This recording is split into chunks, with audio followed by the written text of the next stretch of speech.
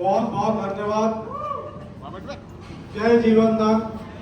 आपने मुझे जो सम्मान और प्यार दिया है उसके लिए मैं ऋणी हूँ और सदैव आपका ऋणी रहूंगा। सर को जिन्होंने ये जीवन दान रूपी पवित्र प्लेटफॉर्म की स्थापना की। जीवन दान आज क्या है थोड़ा जानने का विषय है। मेरी आवाज पीछे तक पहुंच पा रही भी है? आ रही है? मेरी आवाज आ रही सब? यूएमसीए फाउंडेशन जीवन दान है क्या, इसको बिना जाने आपने स्टार्ट कर दिया। धन्यवाद देना चाहूंगा, आपके विश्वास को जानते हैं। यूएमसीए फाउंडेशन जीवन दान ग्रुप क्या है? यूएमसीए फाउंडेशन जीवन दान ग्रुप एक सोच है, एक सोच है और सोच कभी मरती नहीं। व्यक्ति जन्म लेता है और व्यक्ति की मृत्यु होती है, लेकिन एक पवित्र सोच जिससे समाज का भला हो, मानव जाति का कल्याण हो, ऐसी सोच कभी मरती नहीं। यूएमसीए फाउंडेशन जीवन दान ग्रुप को बनाने का उद्देश्य क्या है और इसका उद्देश्य क्या है? आज समाज में तीन श्रेणी में लोग हैं। एक है बहुत अमीर, एक है गरीब और एक है बहुत ही ज्यादा गरीब। क्या आपसे एक छोटा सा मेरा क्वेश्चन है, क्या गरीब व्यक्ति को जीवित रहने का इस समाज में मानव के बीच में कोई अधिकार नहीं है या नहीं है? लेकिन ऐसी कोई व्यवस्था इस पृथ्वी पे मौजूद नहीं थी कि असहाय व्यक्ति की मदद की जाए। बहुत से मीटिंगों में आज आप, मेरी आवाज पहुंच पा रही है? आप एक दूसरे को, पड़ोसी को अपना भाई मान के जन्मदिन की हार्दिक शुभकामना दीजिए। और मैं इस मंच से कहना चाहूंगा हैप्पी बर्थडे। आप भी बोलिए हैप्पी बर्थडे सर। आज हैप्पी बर्थडे सुनने में बड़ा अजीबोगरीब लगता है, लेकिन पता है आपका शरीर इस दुनिया में आ चुका था, शरीर इस दुनिया में आ चुका था, लेकिन आज आपका जो जीवन दान में जो जीवन होने जा रहा है और जो इस जीवन दान में जो जीवन हुआ है उससे जीवन में जो परिवर्तन आने वाला है, निश्चित ही इस दुनिया की विश्वास सबसे बड़ी दौलत है। विश्वास अगर मेरी बात पे करेंगे तो 100% यहाँ पे जो बैठे लोग हैं, आज मैं सम्मान क्यों नहीं कराया, मैं हृदय से आपका सम्मान करने आया हूँ। तो सबसे पहले मैं सब्जेक्ट पे आता हूँ, ये संगठन को क्यों बनाया गया? गरीब व्यक्ति को क्या जीने का अधिकार नहीं है? यहाँ पे जीवन दान परिवार से क्यों जुड़ना चाहिए और हर व्यक्ति की जरूरत क्यों है? सबसे पहले मेरा एक क्वेश्चन है, यहाँ पे जो उपस्थित है, यहाँ कोई ऐसी शख्सियत है जो ये बोल पाए मैं और मेरा परिवार कभी बीमार नहीं होगा या मैं या मेरे परिवार के साथ कभी दुर्घटना नहीं हो पाएगी? ऐसा कोई कहने वाला है? नहीं है। अगर नहीं है, आपको लगता है, तो इसी वजह से इस परिवार को बनाया गया है कि जीवन में अगर कोई ऐसी परिस्थिति निर्मित हो तो एक दूसरे की मदद कर पाए। जीवन दान परिवार लिखा है ना? तो परिवार की परंपरा क्या है उस विषय में आगे हम बात करेंगे। पैसों के अभाव में किसी भी शख्स की जान न जाए, इसलिए इस परिवार का गठन किया गया है। और दूसरी चीज, यहाँ परिवार की जो मदद की जाती है आपके और हमारे द्वारा ही की जाती है।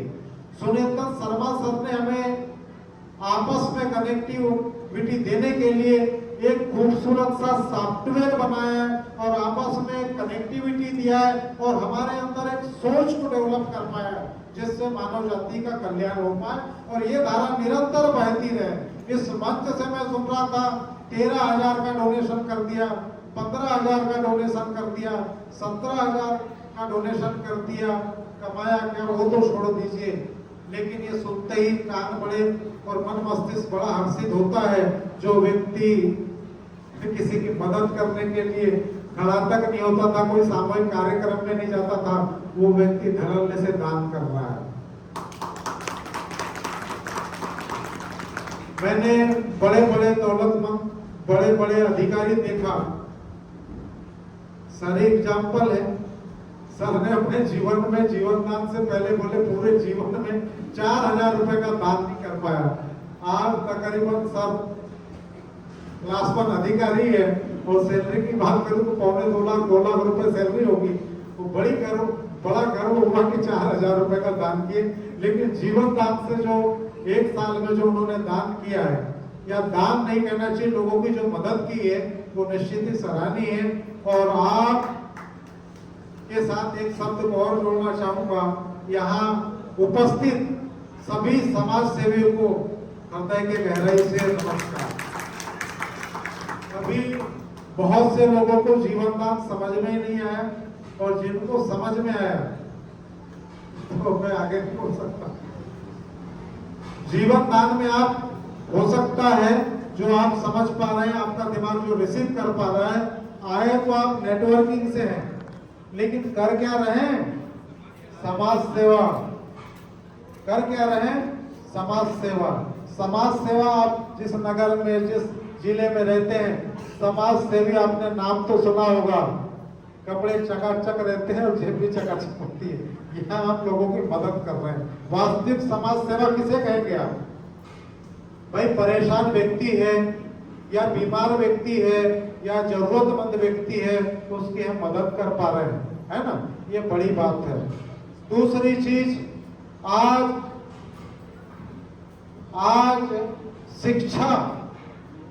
शिक्षा का स्तर बढ़ रहा है।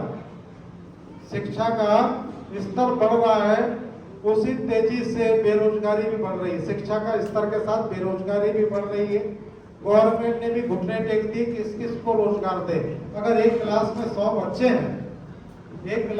बच्चे हैं, कई स्कूल कॉलेजों में जाता हूँ तो बड़ा दुख होता है उन बच्चों से, सुनो कि बेटा आगे जाके क्या, तो बोले ये डिग्री वो डिग्री, उसके बाद क्या, तो लास्ट में आता है नौकरी। सोचने का विषय है कि क्या 100 के 100 बच्चों को जॉब मिल पाएगी? अगर धोखे से मिल भी गया, सारे देश में पढ़ने वाले बच्चे नौकरी बन गए, तो मालिक कहां से लाएंगे? तो आज कहीं न कहीं हमको उनके मन मस्तिष्क में सोच को डेवलप करने की भी आवश्यकता है ना? मन मस्तिष्क में सोच को डेवलप करने की भी आवश्यकता है। तो ये शुरुआत कौन करेंगे? माता पिता, पड़ोसी, है ना? तो आज कहीं न कहीं इस फाउंडेशन के माध्यम से उस बेरोजगार को रोजगार भी दिया जा रहा है।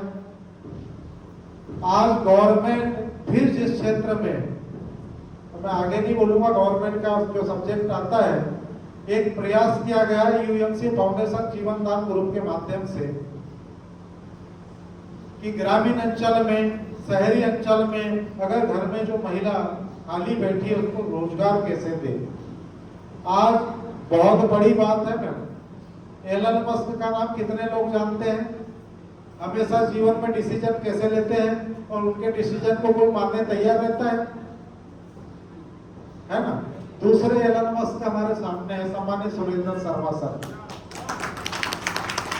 जो असंभव को संभव करने का जो कार्य कर रहे हैं, निश्चित ही सराहनीय है। और समाज में एक दिन बहुत बड़ा बदलाव आएगा, और उस बदलाव समाज में आएगा तो उसके आप साक्षी होंगे। और जीवन में आप जो अभी कार्य कर रहे हैं, एक ऐसा समय भी आएगा कि आने वाली पीढ़ी आप रहे या न रहे, लेकिन आपका बड़े नाम सम्मान और अदब के साथ लिया जाएगा। आप रहे या न रहे, लेकिन दुनिया में आपकी यादें जरूर रहेगी। ये मैं जो देख पा रहा हूँ फ्यूचर। दूसरी चीज, मैं एक और बात बताना चाहता हूँ, मैं क्या हूँ इम्पोर्टेंट नहीं है। मैं क्या हूँ इम्पोर्टेंट नहीं है, लेकिन मैं जो कर पा रहा हूँ वो इम्पोर्टेंट है। तो कभी क्या होता है, मैं जो शब्द आया ये खतरनाक है, शब्द का तो मैंने यूज किया, लेकिन खतरनाक है। अगर हमने किया तो बहुत बड़ी बात है, मैंने किया तो बहुत छोटी बात है, अगर हमने किया तो बहुत बड़ी बात है। तो हमेशा मैं को भूलना है और हमको याद रखना है। और जिस दिन आपने हमको बोलना सीख लिया, उस दिन तरक्की की पहली सीढ़ी आपने पार कर लिया। पहली सीढ़ी अगर आप चढ़ गए तो अंतिम छोर वाली सीढ़ी तक पहुंच जाएंगे, इस बात की गारंटी है।